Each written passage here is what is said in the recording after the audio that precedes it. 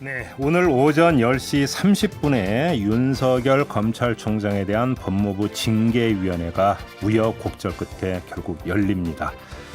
어떤 결과가 나올지 사람들의 시선이 집중이 돼 있는데요. 그래서 저희가 지금부터 이 문제를 한번 미리 전망해 보도록 하겠습니다. 두 분의 변호사와 함께 할 텐데요. 한 분 한 분 소개를 해드리겠습니다.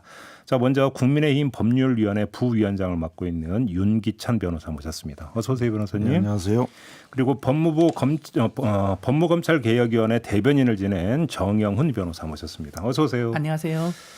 자, 두 분 알찬 대담 부탁드리도록 하겠고요. 조금 전에 2부 마무리하면서 들어왔던 속보를 전해드린 바가 있는데 요거에 대한 질문부터 좀 시작을 하도록 하겠습니다. 윤석열 총장 본인이 징계위원회에 출석할지 말지 이게 관심사였는데 조금 전에 들어온 속보에 따르면 출석하지 않는 것으로 결론을 봤다고 하는데 이게 왜 중요하고 어떤 의미가 있는 건지 먼저 이 문제부터 좀 진단해봤으면 좋겠는데요. 정영훈 변호사님 먼저 말씀해 주시겠습니까? 제가 먼저 말씀드리겠습니다. 아마 이제 고민을 많이 했을 거라고 보이고요. 네. 유리한 점과 불리한 점 이런 걸 따졌을 것 같고요. 네. 유리한 점은 그렇겠죠. 이제 총장께서 직접 출석해서 본인의 입장을 피력을 하신다면 네. 거기 출석해 있는 징계위원들 또는 예. 검사 출신 현직 검사의 징계위원분들에게 심리적인 굉장한 부담감을 압박감을 줄 수가 있기 때문에 어쨌든 그 징계 결과에 네.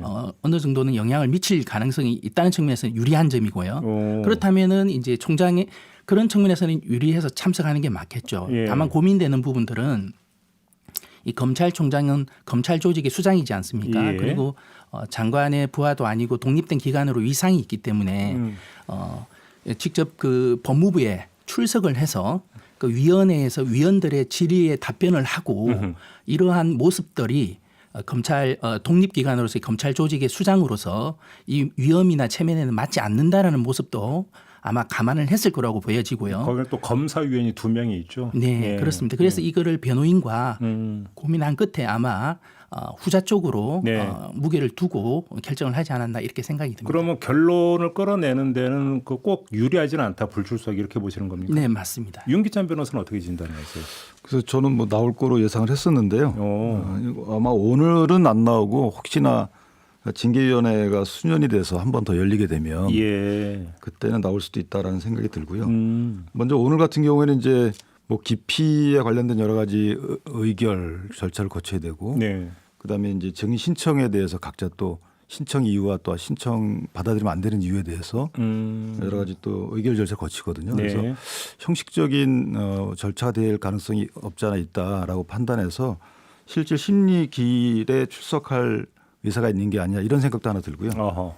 또 하나는 이제 이게 그 징계 혐의자인 윤 총장이 출석해가지고 할 수 있는 일이 그러니까 유리한 진술을 할 수 있는 것이고요. 네, 그렇죠. 또 증거 제출, 그다음에 이제 신문에 대답을 해야 돼요. 그렇죠. 그래서 신문에 대한 대답은 사실은 징계위원회 구성을 면면을 볼 때 유리한 신문은 오지 않을 것이다.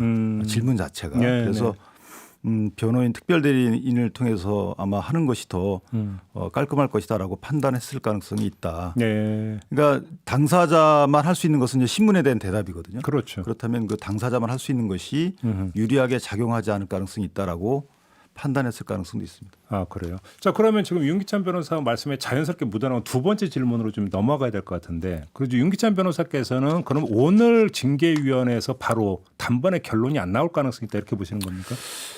이제 깊이가 조금 그 문제예요. 왜냐하면 징계위원 기피 신청. 이게 이제 심의 개시가 되려면 우리가 의사정족소라 해서 어떤 회의를 할 때 몇 명 이상이 모여야 되잖아요. 예. 그럼 이제 이게 총 정원이 7명인데 예비위원 빼고 7명 중에 4명이 나와야지만 이게 개회가 되는 거예요. 그렇죠. 소위 말해서. 예. 그런데 기피 신청을 받은 사람들에서 기피 결정이 되게 되면 예. 그 사람들은 사건 심의에 관여하지 못해요. 그러니까 물론 이제 논란의 여지는 있지만 이건 확실한 건 아니지만 제 추측컨대 기피 대상자가 많으면 많을수록 개회 정족수가 안 될 수도 있다라는 거죠. 그러니까 예를 들면 7명 중에 외부위원 3명 빼고 참석한 그 해당 그 검사 등을 볼 때 네. 법무차관까지 포함해 가지고 예. 기피 대상자로 기피 신청이 돼서 기피 의결이 됐다. 근데 그분들이 4명이었다. 예. 그럼 사실 회의가 안 되겠죠. 성립이. 예. 그래서 기피 신청 대상자들의 기피 의결 수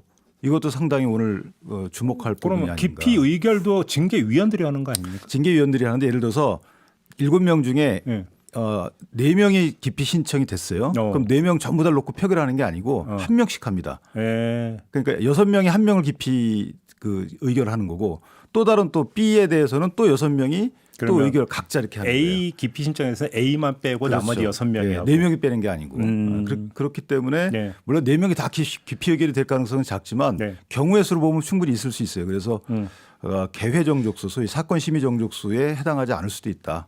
이게 뭐 이제 1차에서 끝나지 않고 2차, 3차까지 갈 변수, 중대 변수가 이제 바로 그거라고 말씀해 주시는데 정영훈 변호사는 어떻게 전망하십니까? 뭐 지금 대다수 언론이나 뭐 많은 분들이 이제 예. 연기가 될 거다라고 하는데 예. 저는 뭐 오늘 나올 가능성도 충분히 있다라고 봅니다. 몇 가지 근거가 있는데 예. 첫 번째 가장 중요한 게 네. 징계위원이 이제 공개가 되게 됩니다. 예. 왜 그러냐면 출석을 하게 되기 때문에 네. 검찰총장 측, 변호인 측에서 이제 징계위원이 누군지를 확실하게 알게 될 겁니다. 그렇겠죠. 예. 그러면은 징계위원의 명단을 공개하지 않는 이유가 예. 이 징계 심의에 엄청난 혼란을 야기할 우려가 있기 때문에 명단을 공개하지 않는 거거든요. 혹시 뭐 사전에 이제 공개가 되면 사전에 영향을 미칠 수도 그렇습니다. 있다. 뭐 이런 이유가 엄청난 있는. 압박이 가죠. 언론이나 이제 그 여러모로 예. 해서요. 예. 근데 이제 만약에 연기가 된다라고 하면 이제 그 다음 날부터는 징계위원 명단이 아마 언론을 통해서 윤 총장 변호인 측이나 그 언론을 통해서 다 공개가 될 겁니다. 그럼 엄청난 혼란이 오게 되기 때문에 이거는 법무부 입장에서는 당연히 오늘로서 결정을 할 거라는 주요 근거가 이거고요. 예. 다른 근거도 몇 가지가 있는데 네. 지금 이제 기피 신청 말씀해 주셨지만 네. 이 검사징계법이 형사소송 절차를 똑같이 준용한다고 생각하시면 안 되고요. 네. 간단한 거 3가지. 그러니까 서류 송달, 기일 지정 변경, 정인 선서, 급여 요 정도만 준용을 하고 나머지는 검사징계법에 의하거든요. 네. 그래서 지금 많은 정인을 신청하고 뭐 기피 신청을 하지만 여기서 이제 징계위원들이 이 기피 신청이라는 거는 뭐 이게 징계 업무를 지연시킬 목적으로 방해할 목적으로 하면은 이게 간단하게 기각 결정을 하거든요. 네. 그리고 또 지금 징계위원들에 대한 기피 신청 사유들을 보면 물론 해당할 수 있는 여지 있는 분이 한 분 정도 있는 것 같긴 한데 한두 분 정도 포함이 됐는지 안 됐는지 모르겠지만 그 외를 빼서 차관 같은 경우에는 뭐 제가 보기에는 맞지 않아 보이거든요. 그래서 그런 기피 신청이 받아들여질 가능성은 좀 별로 없어 보이지 않나. 변호사님 말씀하신 한두 분의 혹시 이제 심재철 검찰국장 이런 분을 염두에 두고 하시는 말씀. 사건 관련이 있는 분은 좀 문제가 있다라고 보고요. 그다음에 이제 뭐 간단한 거 한두 개만 더 하면 오늘 오전 10시 30분으로 잡았습니다. 네.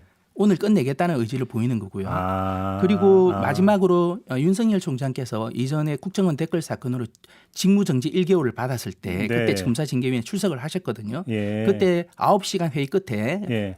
결론이 났습니다. 예.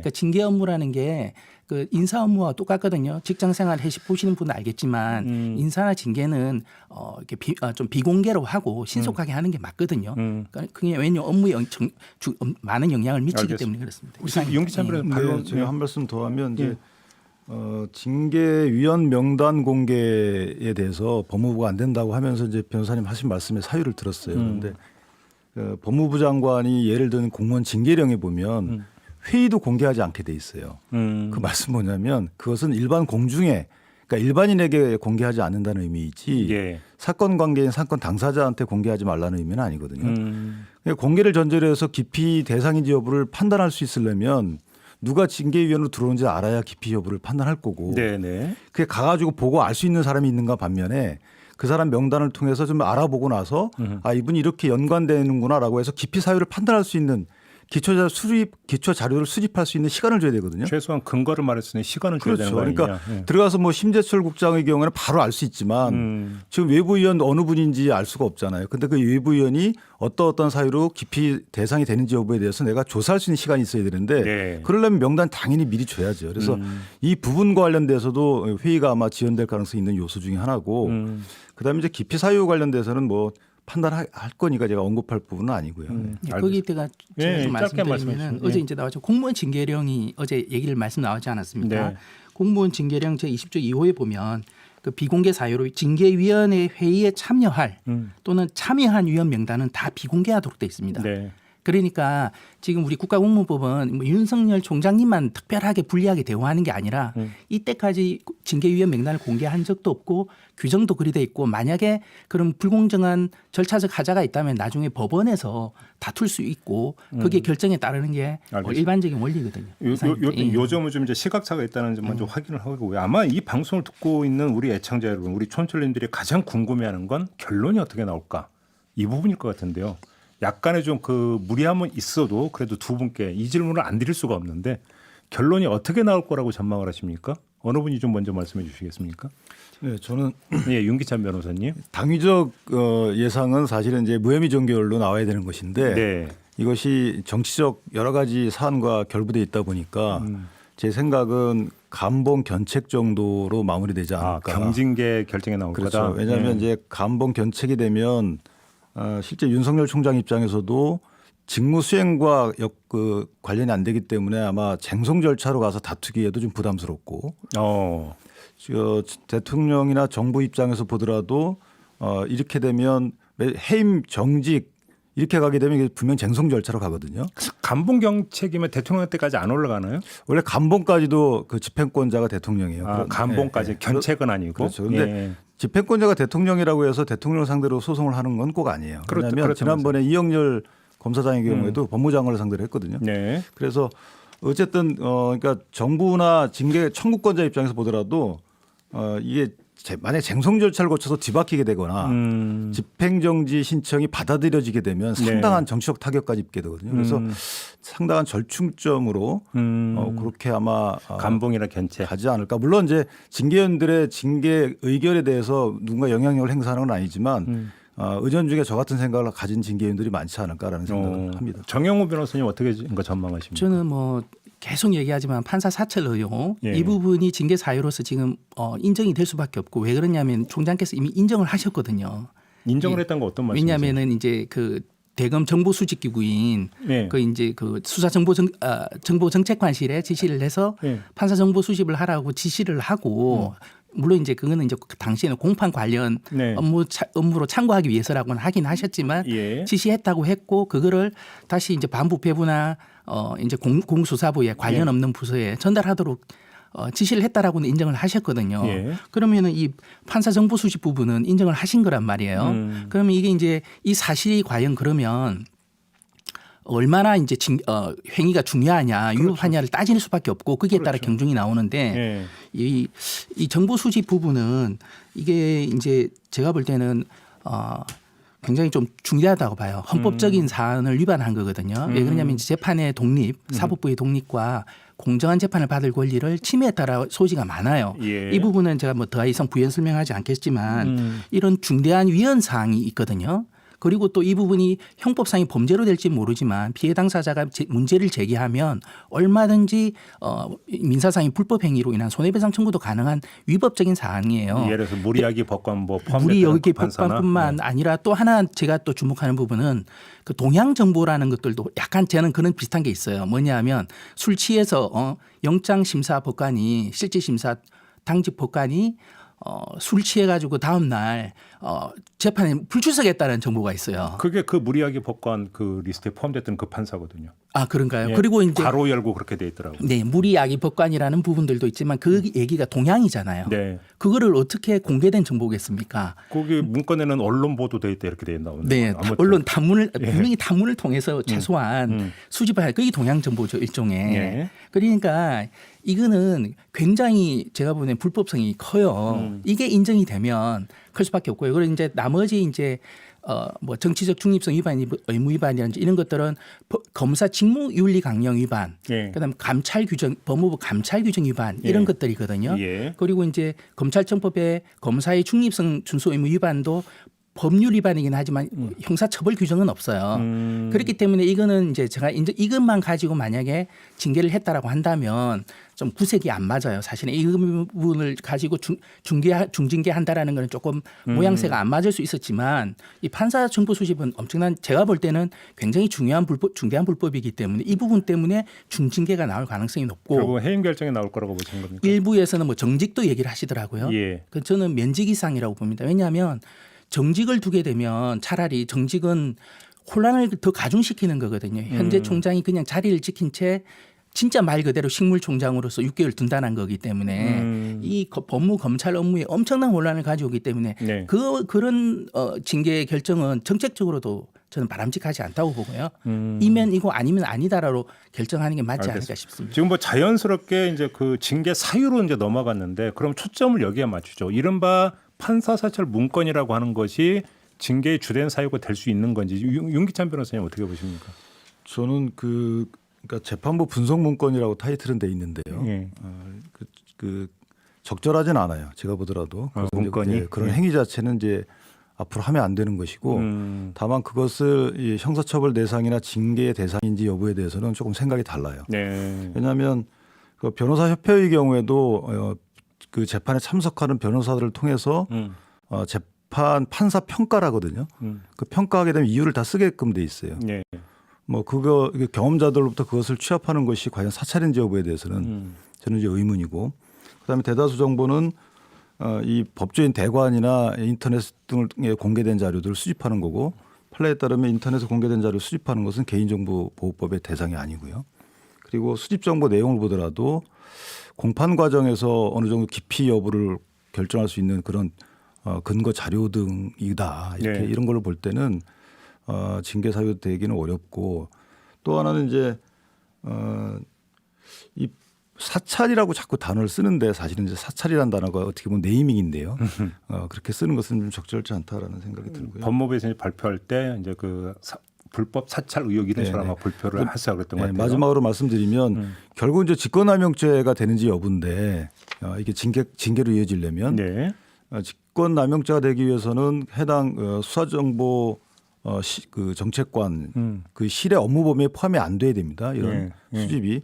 근데 그 업무 범위에 포함이 되는지 여부와 관련돼서 해당 지침에 보면 포함될 여지가 큰 것으로 돼 있기 때문에 예. 그 지침이 잘못될 수는 있었어요. 부적절할 수는. 그러나 직권남용죄에 포함되지는 않는다라는 생각이 들고, 마지막으로 이게 반부패부에 왜 그걸 넘겼냐라고 하는데 네.